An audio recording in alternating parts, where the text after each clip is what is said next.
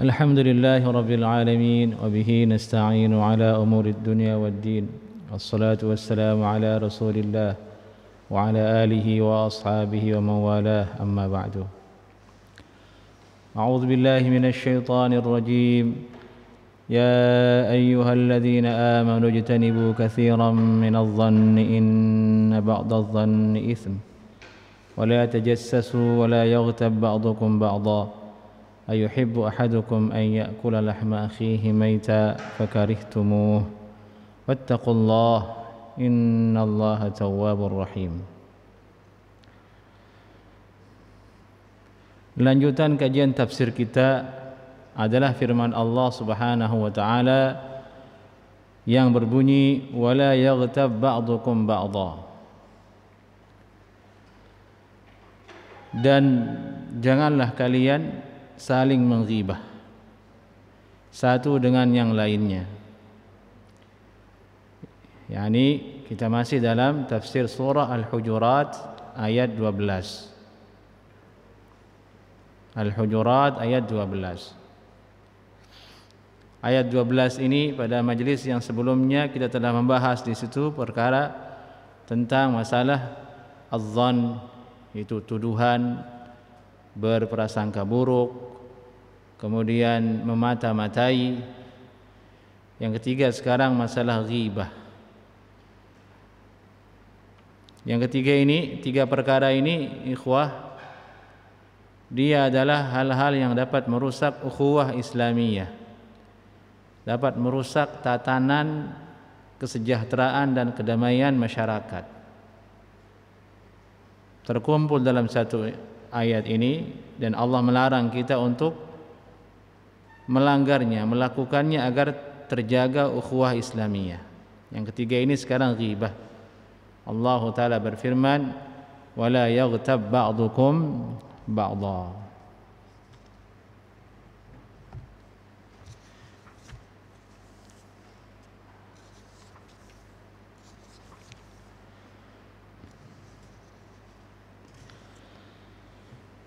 Secara definisi ghibah telah dijelaskan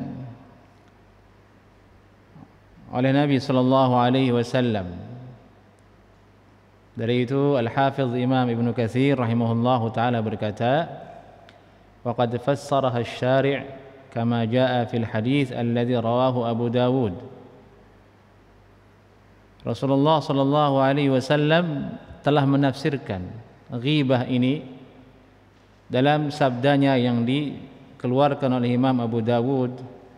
Qala haddatsana Al-Qanabi qala haddatsana Abdul Aziz bin Muhammad an al-Ala an abihi an Abi Hurairah qala qila ya Rasulullah mal ghibah. Dari Abu Hurairah radhiyallahu taala anhu, Rasulullah sallallahu alaihi wasallam pernah ditanya mal ghibah, apakah ghibah itu wahai Rasulullah? Beliau menjawab sallallahu alaihi wasallam, al-ghibah, ghibah itu adalah zikruka akhaka bima yakrah. Kamu menyebut saudaramu dengan apa yang dia tidak sukai. Yani menyebut orang lain dengan apa yang tidak dia sukai di belakang, bukan di depan.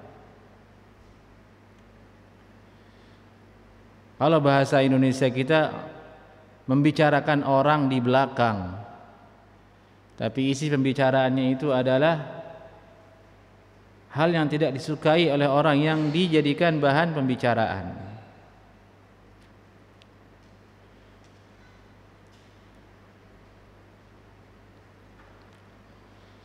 Kemudian sahabat bertanya, afara'aita in kana fi akhi ma aqul? Ajarkan kepadaku wahai Rasulullah sallallahu alaihi wasallam, jikalau ucapanku itu terhadap saudaraku ini memang betul ada pada dia, faktanya memang ada. Nabi bersabda, in kana fihi ma taqul faqad ightabtah. Jika yang kamu bicarakan itu betul ada pada saudaramu, maka kamu telah menghibah dia. Berarti suatu kebenaran, suatu fakta yang memang betul ada pada diri seseorang, namun kita bicarakan di belakang dia, tapi hal itu sesuatu yang tidak dia sukai. Itu ghibah namanya. Poinnya adalah betul ada hal itu pada orang yang dibicarakan, bukan hoaks, bukan dibuat-buat, fakta. Wa illam yakun fihi ma taqul faqad bahatta. Tapi jika tidak ada pada diri orang tersebut apa yang kamu bicarakan itu di belakang, bahatta, berarti kamu telah memfitnah dia. Buhtan, membuat kezaliman, zalim terhadap dia. Lebih berat lagi. Ya, ini topiknya tidak nyata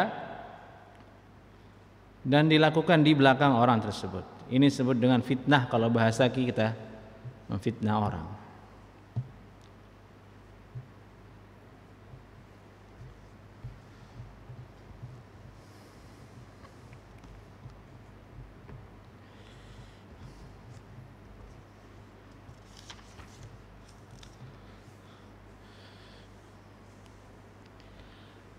Imam Al-Qurtubi rahimahullahu ta'ala menyebutkan dalam tafsirnya, qala Al-Hasan, Imam Hasan Al-Basri berkata, al-ghibah thalathatu awjuhin kulluha fi kitabillah azza wa jalla. Ghibah itu ada 3 macamnya dan semuanya ada dalam Al-Quran. Al-ghibah, al-ifk, wal-buhtan. Ini 3 istilah. Al-ghibah, al-ifku, al-ifk, wal-buhtan.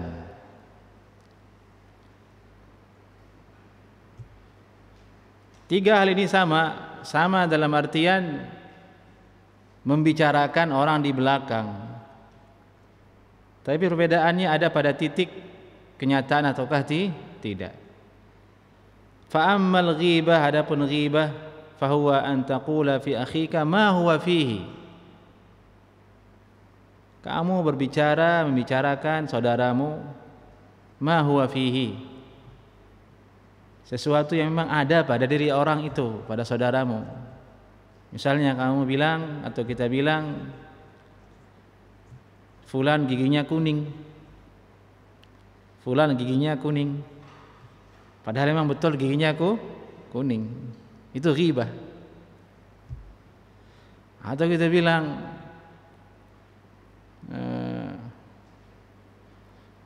si fulan tidak bisa main futsal. Ini fakta, dia memang tidak bisa, tapi kita ngomong di belakang dia nggak bisa. Walaupun tiap hari diajak main, kalau main pasti dia diajak, meskipun teman-temannya sebenarnya ingin dia nggak usah ikut, bikin kacau permainan, tapi diajak, tapi di belakang dibicarakan, dibilang dia nggak bisa main. Ini juga ghibah namanya. Fakta memang dia tidak bisa. Atau dia bilang si fulan ya tidak pernah sholat sunnah. Ini juga ghibah. Nanti disebutkan di sini oleh Imam Qurtubi rahimahullahu taala, ghibah itu meliputi apa saja. Fakta dia seperti itu, tapi kamu bicarakan, itu ghibah namanya. Kalau al-ifku, dia bilang wa ammal ifku fa anta qula fihi ma balaghaka anhu. Kamu menyetujui, kamu berpendapat, kamu berbicara tentang saudaramu, tapi dengan modal apa yang sampai kepada dirimu dari orang lain.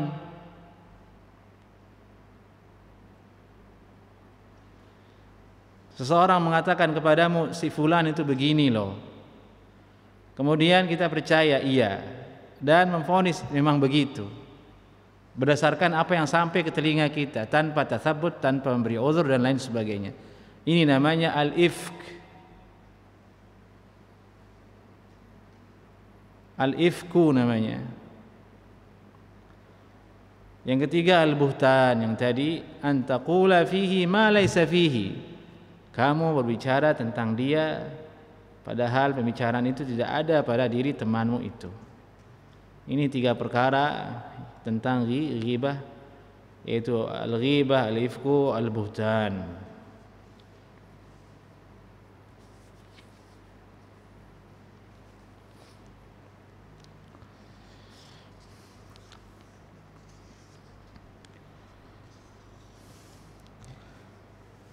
Ghibah itu kemudian meliputi apa saja, ikhwah?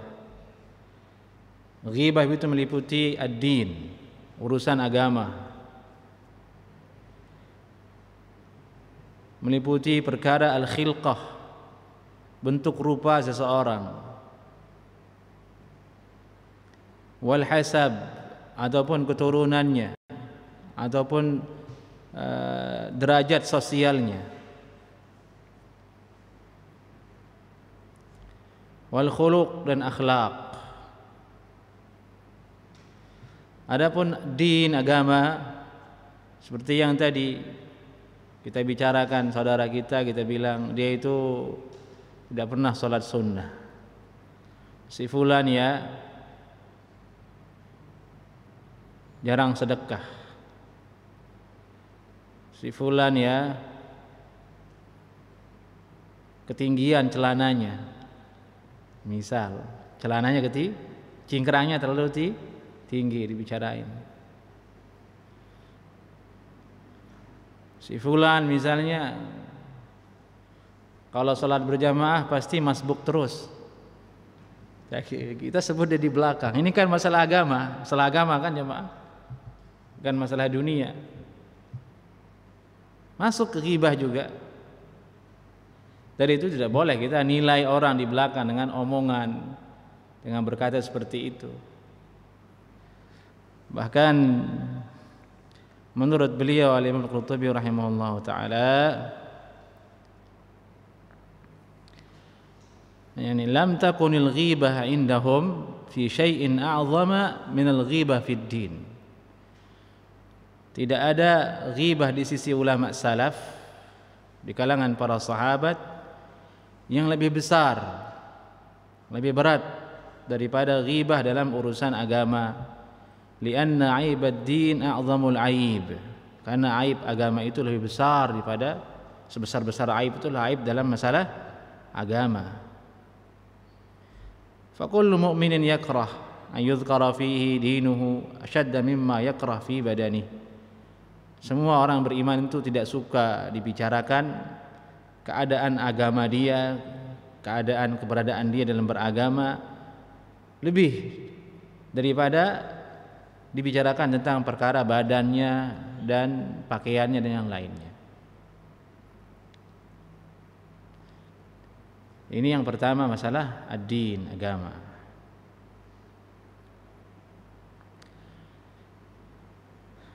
Yang kedua meliputi al-khilqah. Al-khilqah itu bentuk rupa, bawaan bentuk rupa kita sebagai manusia. Ada yang tinggi, ada yang pendek, ada yang mancung, ada yang tidak mancung, ada yang putih, ada yang coklat, ada yang hitam. Demikian seterusnya. Ini pun masuk, tidak boleh kita menyebutnya di belakang. Tidak boleh kita bilang tuh si pendek, atau itu si cebol, enggak boleh. Tuh yang si pesek itu enggak boleh.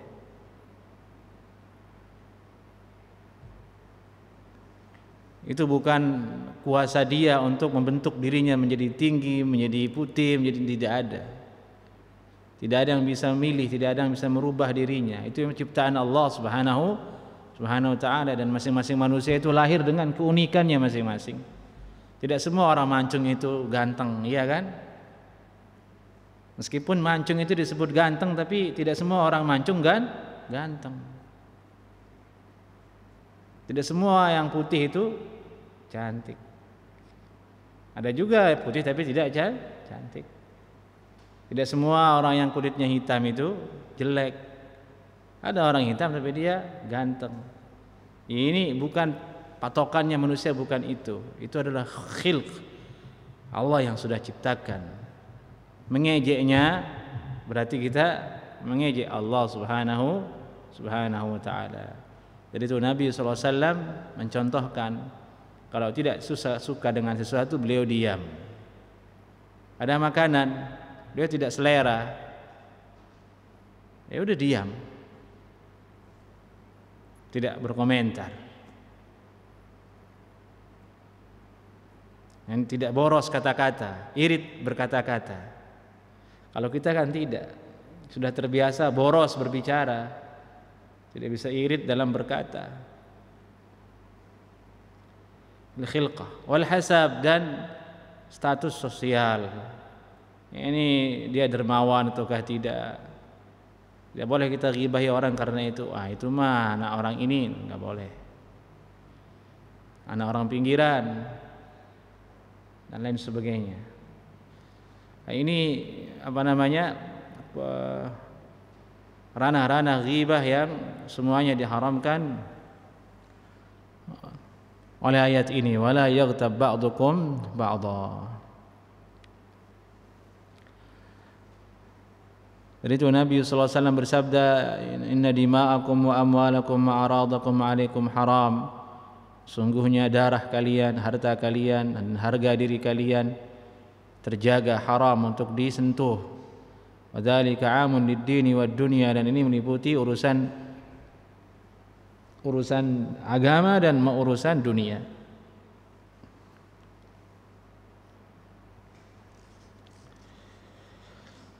Kemudian ghibah ini hukumnya apa? Hukumnya haram. Wal ghibah muharramatun bil ijma'.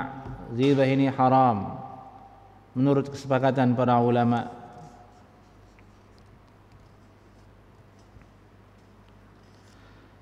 Kemudian apakah dia dosa besar atau dosa kecil? Sebatas yang kami telusuri ada khilaf ulama. Ulama Al-Malikiyah mengatakan dia dosa besar. Kemudian sebagian ulama Syafi'iyah mengatakan dia bukan dosa besar, as-saghair, dia dosa kecil. Ini dinukil oleh Imam Ibnu Ashur dalam tafsirnya At-Tanwir wa Tahrir wa Tanwir. Adapun Imam Al-Qurtubi rahimahullahu taala menukil kesepakatan la khilafa anna al-ghibah minal kabair. Tidak ada khilaf bahwasanya ghibah itu bagian daripada dosa besar.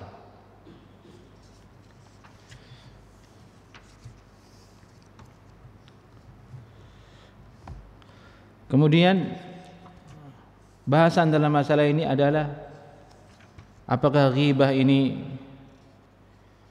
bagaimana bertaubatnya, apakah harus minta maaf kepada orang yang dighibah ataukah tidak.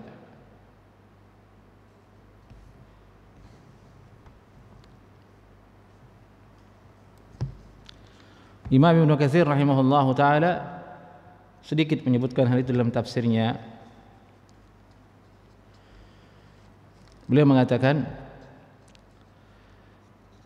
qala al-jumhur min al-ulama, mayoritas ulama tariqul mughtab lin-nas fi taubatihi an yaqla an dzalika wa ya'zim ala an la ya'ud. Jalan orang yang menghibah orang lain itu dalam bertaubatnya adalah dia berhenti dari ghibah dan bertekad untuk tidak lagi mengulanginya. Wa hal yushtarat an-nadam ala ma fat? Apakah disyaratkan menyesal atas apa yang telah lalu? Fihi niza'. Di situ ada khilaf ulama. Ini masalah umum, menyesal atas dosa yang telah lalu. Sebagian menjadikannya syarat untuk taubat, sehingga sahnya taubat itu harus menyesali.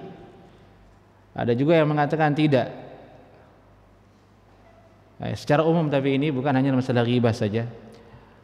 Wa an yatahallala min alladhi iktabahu, dan apakah dia wajib untuk meminta halal dari orang yang telah dia ghibahi? Wa qala akharun la yushtarat an yatahallalah,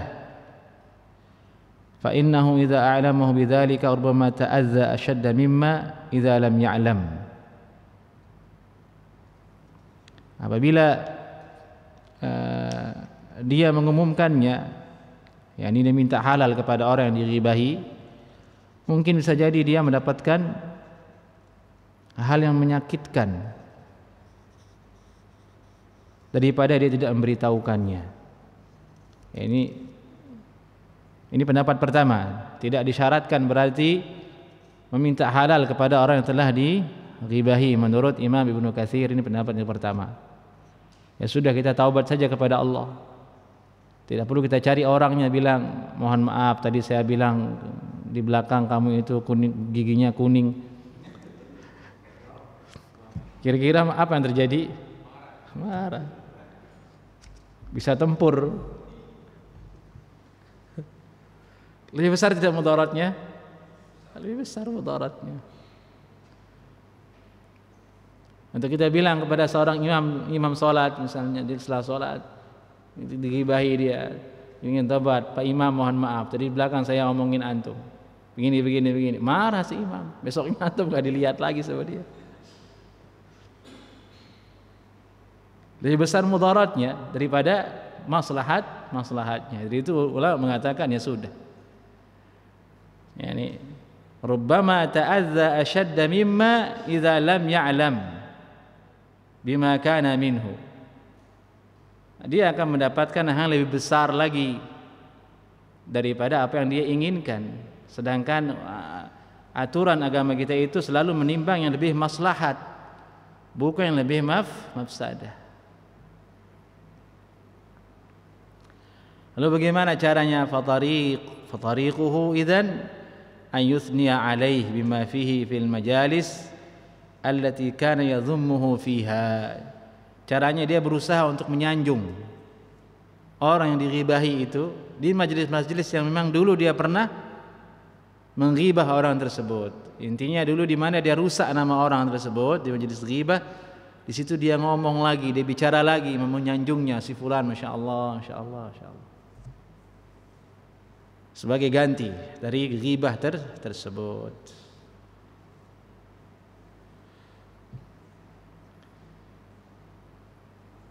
Kama qala al-Imam Ahmad, sebagaimana yang telah dikatakan Imam Ahmad. Ini berarti ada pendapat dari Imam Ahmad seperti ini, bahwasanya gantinya adalah kita sebutkan orang yang kita ghibah itu di majelis yang dulu pernah kita ghibahi dia, kita sanjung dia, kita puji dia. Tapi maksudnya itu untuk berhenti berghibah, bukan maksudnya untuk ghibah lagi, tidak. Itu sudah yang terakhir. Cara taubatnya seperti itu. Dan ini hal yang sulit kadang, kita manusia itu terpengaruh oleh kawan. Ngomongin orang lain itu terpengaruh. Dari itu orang yang banyak kawannya itu orang yang rugi. Dia akan ngikut ke semua kawannya. Sulit dia akan menahan dirinya. Terutama dalam masalah ghibah. Adapun Imam Al-Qurtubi rahimahullahu taala, beliau tegas wajib meminta halal. Bahkan dalam kitabnya Tafsir Al-Qurtubi, beliau datangkan hujjah ulama yang mengatakan tidak wajib minta halal, dan dia bantah satu persatu. Dengan tegas beliau mengatakan wajib meminta halal. Wajib minta halal karena dia adalah termasuk ke dalam kategori merugikan orang lain yang bentuknya adalah harga diri.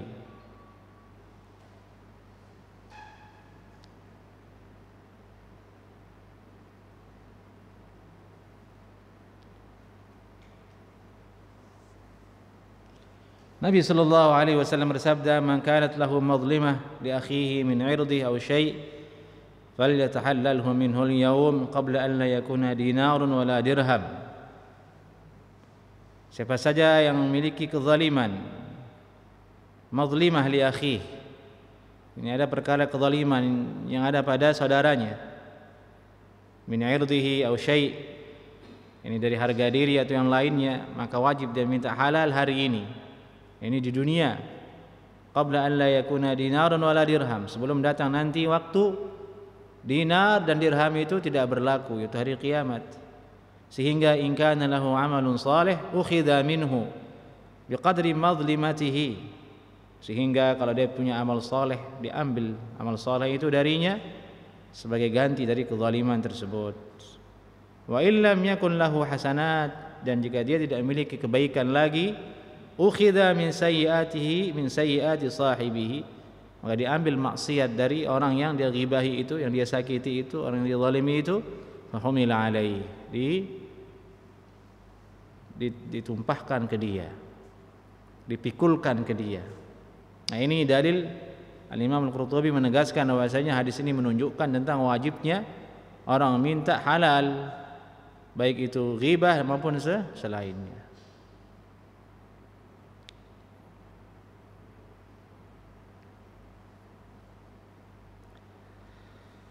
Sehingga di situ ada satu pendapat dari ulama salaf tidak mau menghalalkan ghibah. Jika ada orang datang bilang saya minta halal, saya ghibahi kamu, saya tidak halalkan.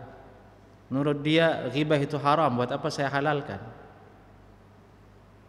Ini ghibah itu sudah haram, kamu datang minta halal, ya nggak bisa ya, ghibah itu haram, buat apa saya halalkan?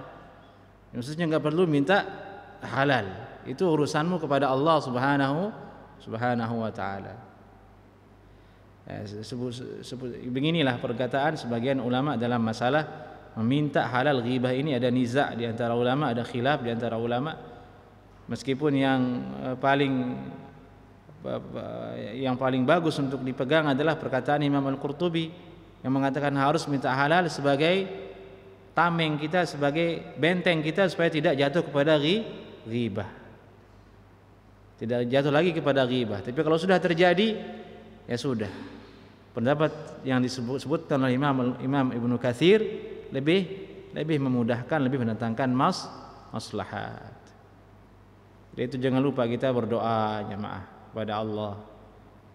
Berdoa kebaikan untuk orang-orang yang berbuat baik kepada diri kita. Kita doakan orang-orang yang telah kita ghibahi. Semoga Allah mengampuni dia. Siapa tahu itu menjadi cadangan. Kalau seandainya kelak di akhirat, di hari timbangan amal soleh itu kita kehabisan kuota untuk membalas kezaliman, kita masih punya itu, doa-doa dan kebaikan untuk orang yang pernah kita ghibahi. Saya rasa tidak ada orang illa man rahimahullah yang tidak pernah jatuh ke ghibah. Bahkan disebutkan dalam athar di sini, Ummul Mukminin sahabat pun jatuh kepada ghibah. Nabi sallallahu alaihi wasallam bersabda, kamu telah ghibahi dia. Hanya karena mengatakan dia pendek. Nabi menjawab, kamu ghibahi dia. Sampai seperti itu. Maka apa solusinya kemudian biar kita terbebas dari ghibah ini? Pertama, kita mesti belajar untuk irit kata-kata, irit berbicara. Kalau kita berada di satu majelis, kita harus fokus pembahasan kita. Misalnya kita ingin bahas satu proyek, satu masalah, ya sudah fokus di situ. Jangan banyakkan iklan. Iklannya itu apa? Orang lain yang kita bawa ke dalam majelis tersebut, si fulan ya, si fulan. Akhirnya lama. Akhirnya itu yang berkembang, bukan lagi tema topik pembicaraan. Kalau sudah seperti itu biasanya tidak berkah itu majelis, kita disuruh pergi supaya terhindar dari dosa mempersetujui ghibah tersebut. Kedua, kita batasi wilayah majelis pertemanan kita. Kalau tidak penting, tidak usah. Kita banyak-banyak teman juga buat apa? 1, 2, 3 teman cukup. Yaitu teman kita di masjid, itu teman kita yang kita kalau sholat dia ada di samping kita, itu teman sejati. Nanti soalnya kalau kita meninggal dunia biasanya dia datang untuk sholat jenazah karena rajin sholat. Walaupun kita lihat dia tidak ramah ke kita, tidak apa, tapi hakikatnya dia orang beriman dan secara faktual itulah teman hakiki. Walaupun kita tidak akrab dengan dia, tapi kita sering satu saf dengan dia. Biasanya dia datang nanti, si fulan meninggal, oh yang itu ya, dia datang sholat jenazah. Sementara orang-orang yang kita anggap akrab dengan diri kita di luar sana, di kafe, di tempat ini, tempat itu, jalan-jalan ini itu, Ketika meninggal dunia mungkin dia nggak datang ke antum untuk sholat jenazah. Atau mungkin dia tidak bisa berdoa kepada Allah karena dia orang yang lebih buruk dari diri kita. Dia tidak akan bisa mendoakan kita. Jadi itu bertemanlah dengan orang saleh, dengan orang baik yang bisa bermanfaat untuk dunia dan akhirat kita. Taib. Ketiga, kemudian kita kurangi tendensi kebencian dan tidak suka terhadap orang lain siapapun dia. Karena ghibah itu biasanya datang dari hal itu. Datang dari hal tersebut. Ini 3 tips supaya kita bisa terhindar dari ghibah itu. Kemudian di sini ada pengecualian. Siapa saja orang yang boleh untuk dighibahi. Yani boleh untuk dighibahi.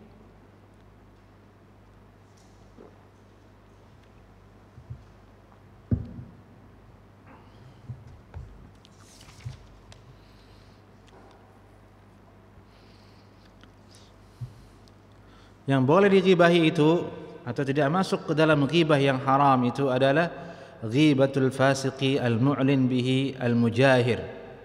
Menghibah orang yang fasik, orang yang memperlihatkan kefasikannya dan menampakkan kefasikannya. Yani dia tidak malu lagi untuk berbuat dosa di depan umum.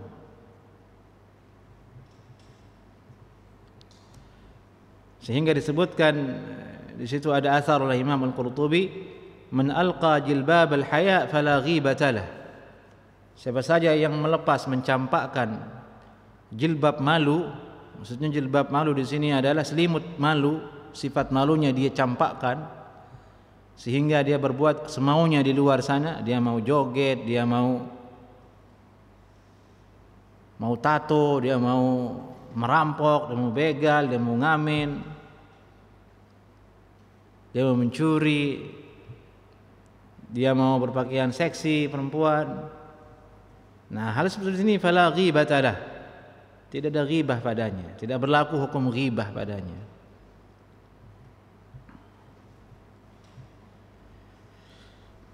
Dan disebutkan dalam sebuah asar, "Udhkurul fajir bima fihi kay yuhadziruhun nas." Sebutkan kelakuan orang yang fajir, pendosa itu, apa yang ada pada diri mereka supaya orang-orang waspada. Supaya orang-orang waspada. Idzan fal ghibah fil mar'i alladhi yasturu nafsah. Berarti ghibah itu hanya untuk orang-orang yang menutup dirinya, kehormatan dirinya, menutup agamanya. Itu haram kita ghibahi. Orang sudah baik-baik, kayak antum misalnya hadir di masjid, orang baik-baik insyaallah taala, yang menutup diri dari maksiat, enggak boleh kita ghibahi dia.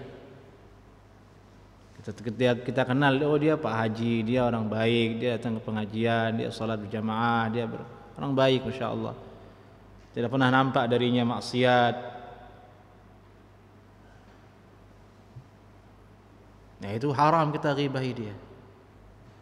Tapi kalau orang yang di luar sudah kelihatan minum khamar, bergadang di kantor pos, pertigaan, judi, bawa perempuan, nah inilah ghibah. Tidak ada ghibah padanya. Boleh diomongin, boleh. Berarti ada tempatnya, jangan asal kita salahkan orang. Kalau orang yang dibicarakan itu orang fasik, sudah biarkan. Tujuannya untuk memperingati orang lain.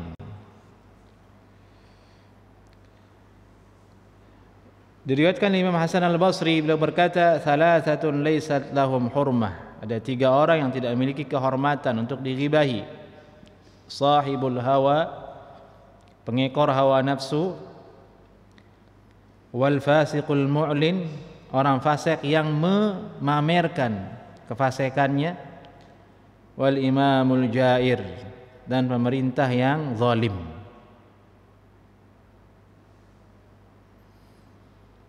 Ini azhar dikeluarkan oleh Ibnu Abi Dunya dalam kitabnya As-Samad dan juga Imam Al-Baihaqi dalam kitabnya Syu'abul Iman.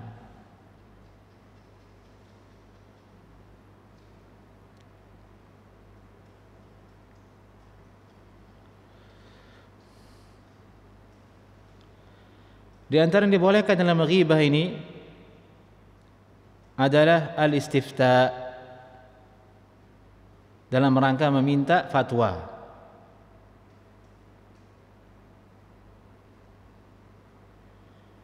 Minta fatwa kepada ustaz. Ustaz, begini bagaimana? Saya mau memperkerjakan seseorang. Menurut antum bagaimana? Di sini ranahnya apa? Istifta, meminta fatwa. Atau semisal dengan itu seleksi pegawai. Seperti yang ada di hari ini kan, perusahaan mengadakan tes kan? Tes wawancara, tes psikologis dan sebagainya. Dia punya HRD untuk membahas orang diterima atau tidak. Katanya orang itu begini.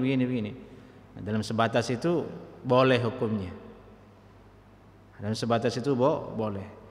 Ini didasarkan dengan sabda Nabi sallallahu alaihi wasallam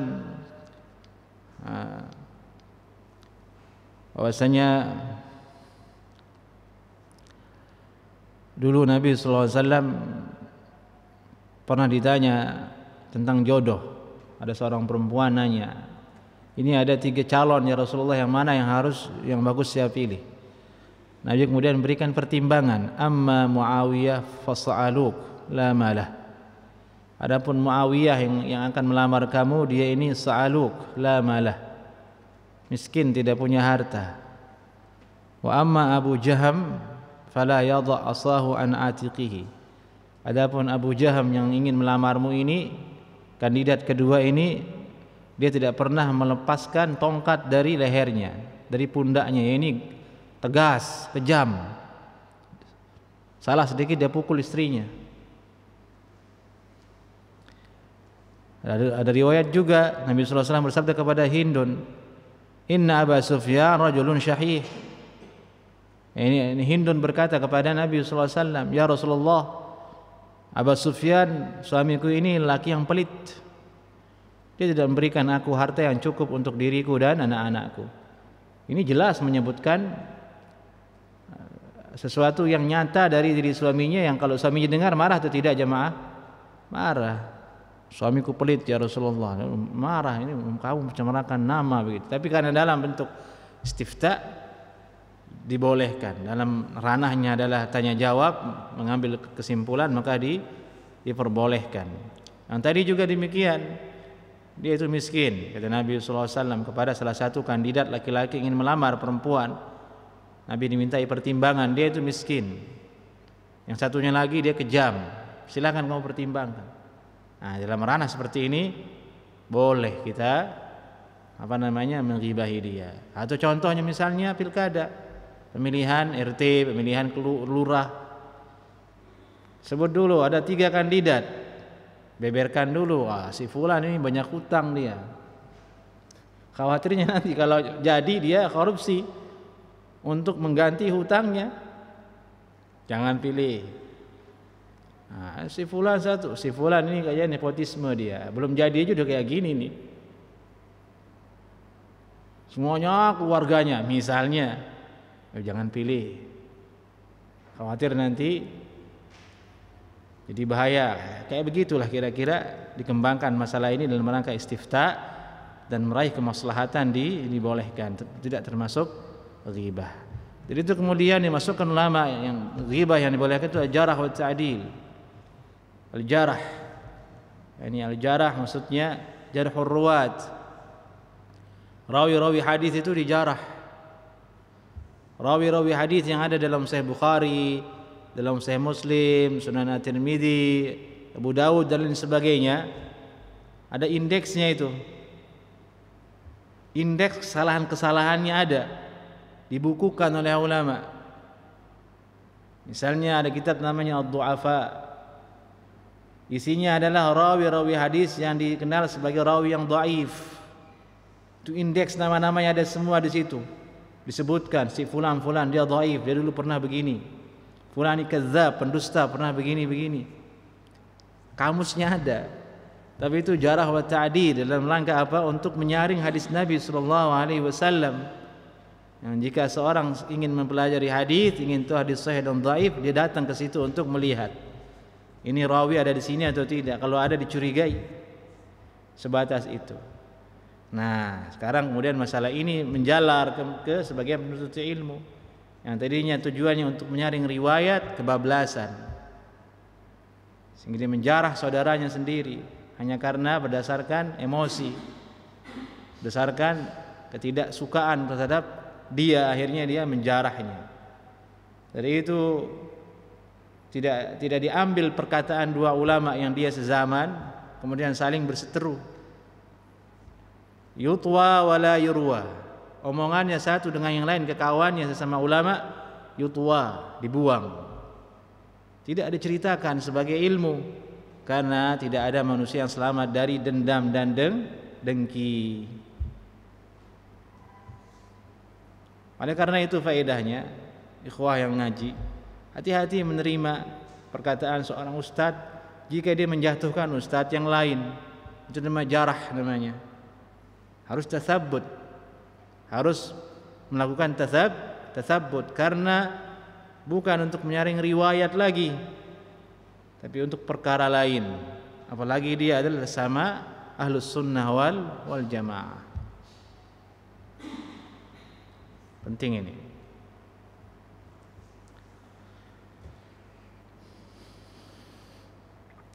Taib.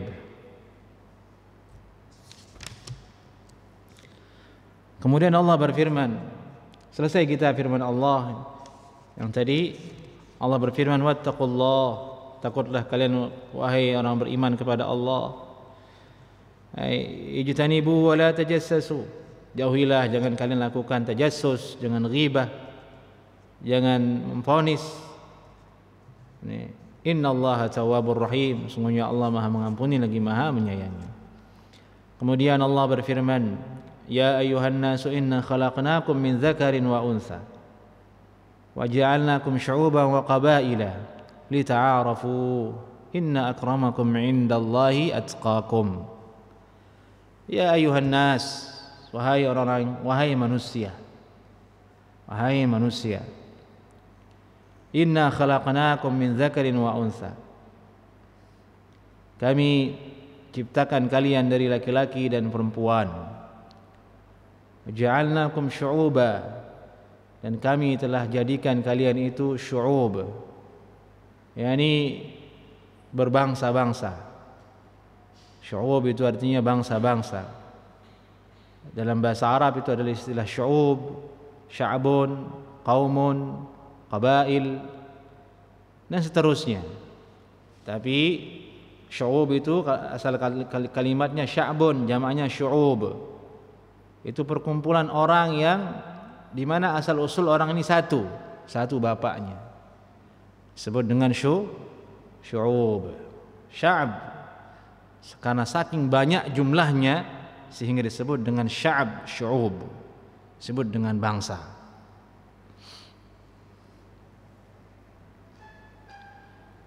Misal di sini, ini bangsa Jawa, ini bangsanya Sunda, ini bangsanya apa lagi? Ya itu aja yang saya tahu. Padang misalnya. Masing-masing ada namanya, itu syu'ub namanya. Asal usulnya satu dulu, kakek nenek moyangnya satu, kita tidak tahu siapa asal usulnya dulu. Ada. Sebagaimana orang Arab ada syu'ub, orang Arab satu kakek nenek moyangnya dulu. Dari zaman Nabi Ibrahim alaihissalam, dari zaman Ismail alaihissalam. Jadi banyak. Sebut dengan syu'ub. Qabail, kabilah. Kabilah ini bawahnya syu'ub. Bawahnya syu'ub. Seperti kabilah Qahtan, ini kabilahnya Quraidah dan lain sebagainya. lingkupannya lebih kecil. Ini beda syu'ub dan qabail. Lita'arafu. Lita'arafu.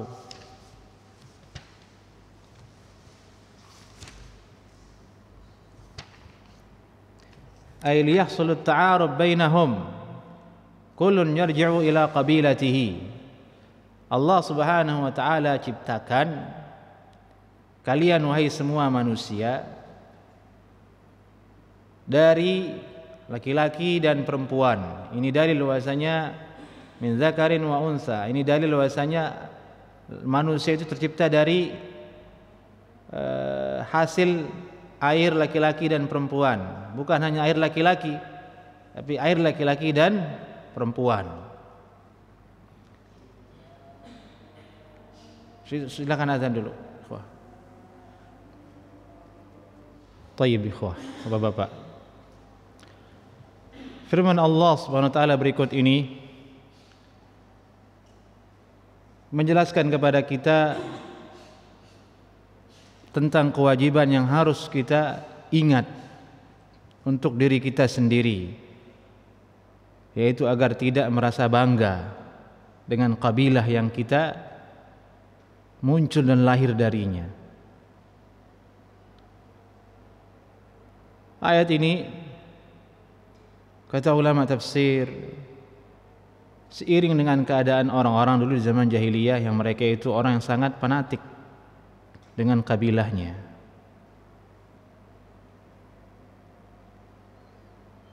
Sehingga terjadi peperangan yang sengit sebelum Rasulullah SAW antar kabilah yang bisa dipadamkan setelah Nabi lahir membawa Islam. Perbuatan jahiliyah ini yang fanatik dengan suku, dengan bangsa, dengan sya'abnya, dengan kabilahnya, hal yang tidak beralasan. Dari itu Allah SWT menyebutkan di sini, ya ayuhan nas, wahai kalian manusia, kalian sama-sama manusia. Inna khalaqnakum min dzakarin wa untha. Kami ciptakan kamu dari laki-laki dan perempuan. Sama, satu kabilah dengan kabilah yang lain itu sama, berasal dari laki-laki dan perempuan. Ja'alnakum syu'uba, dan kemudian jadikan kalian berbangsa-bangsa, wa qabail dan berkabilah, lita'arafu.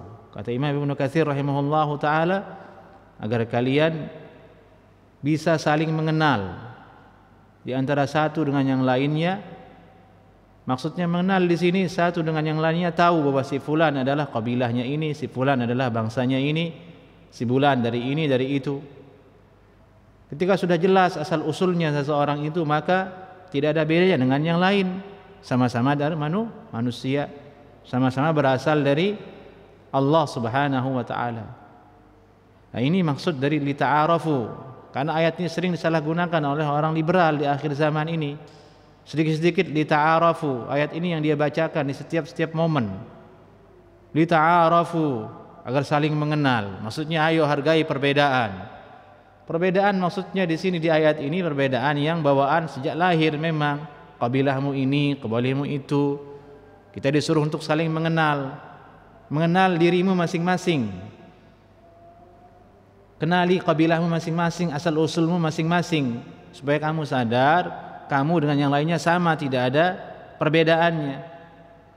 Kalau ini tidak, orang liberal dia bilang ayat ini untuk persamaan agama, lita'arafu, agar saling mengenal. Salah, maksudnya lita'arafu liyahsul at-ta'aruf min bainihim kullun yarji' ila qabilatihi. Dengan mengetahui ini kabilahnya, ini bangsanya, akhirnya kita tahu, sehingga kita kembalikan orang sesuai dengan bangsanya. Dengan begitu kemudian mereka saling mengenal satu sama lain. Di sini ada keutamaan dalam ayat ini bahwasanya mengenal nasab itu adalah perkara yang dianjurkan. Dari itu Nabi sallallahu alaihi wasallam bersabda dari Abu Hurairah radhiyallahu taala anhu, ta'allamu min ansabikum ma tasiluna bihi arhamakum. Pelajari tentang nasab kalian. Ma tasiluna bihi arhamakum, yang bisa menyambungkan ilmu itu kepada rahim-rahim kalian. Jadi kalian tahu mana asal usul kalian. Oh, kakek saya yang ini, saudara kakek saya dulu yang ini. Nah, ini ilmu, ini akhlak. Kalau bangsa Arab nomor satu dalam masalah ini,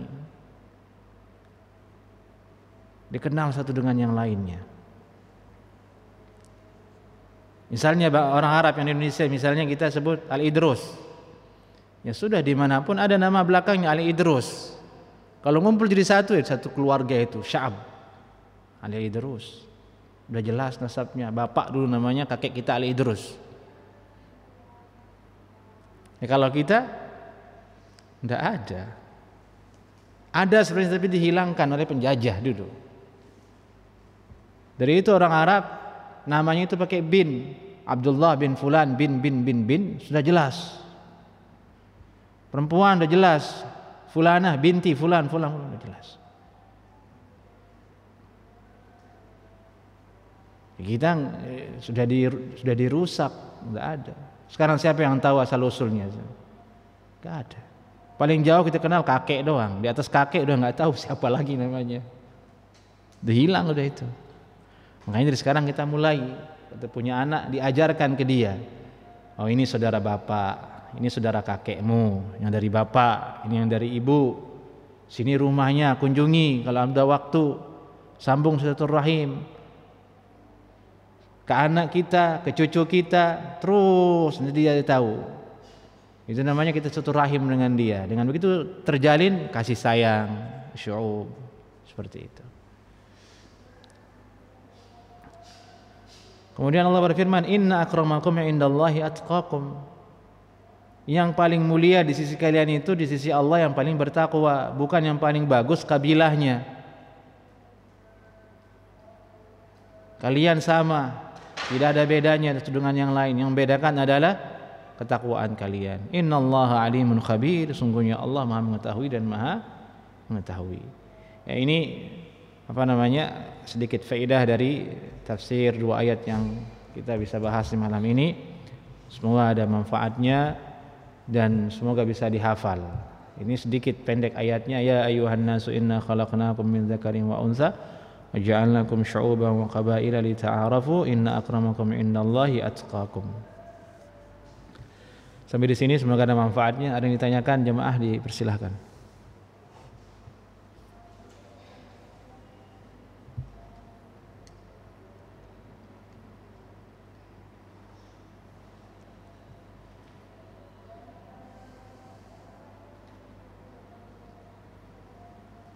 Nah, Assalamualaikum warahmatullahi wabarakatuh.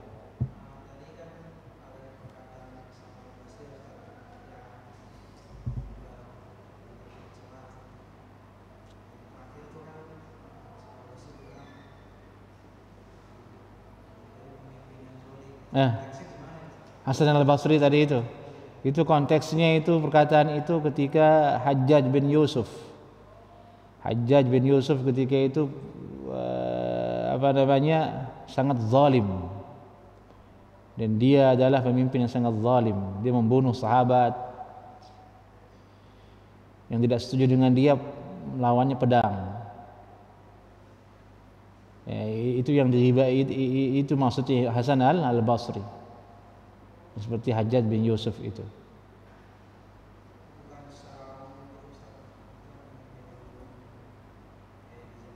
Wallahu alam, kalau itu jangan, tidak ada maslahatnya.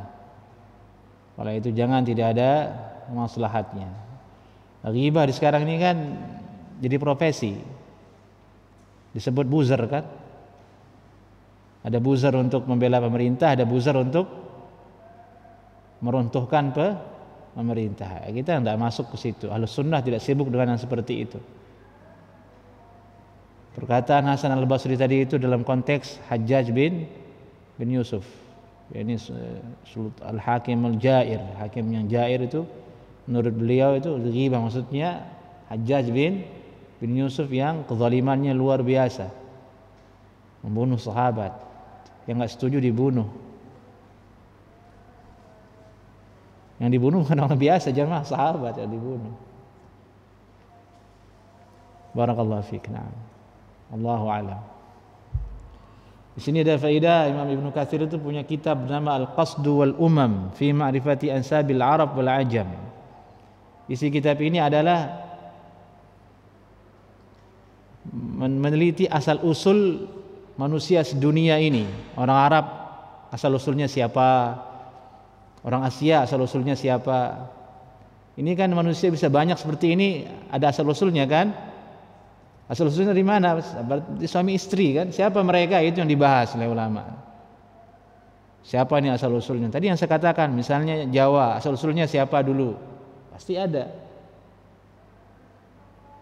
Melayu, asal usulnya siapa? Ada. Arab, ada. Bule, ada semua. Nah, ini masalah ini kalau kita baca semakin luas wawasan kita tentang kemanusiaan. Subhanallah. Taib. Ada lagi yang tanyakan jemaah? Kalau tidak ada pengumuman kajian tafsir kita ini pindah ke malam Sabtu. Ini malam Sabtu sekarang, besok hari Sabtu. Tadi hari Jumat. Semoga Allah berikan keistiqomahan insyaallah taala. Assalamualaikum warahmatullahi wabarakatuh.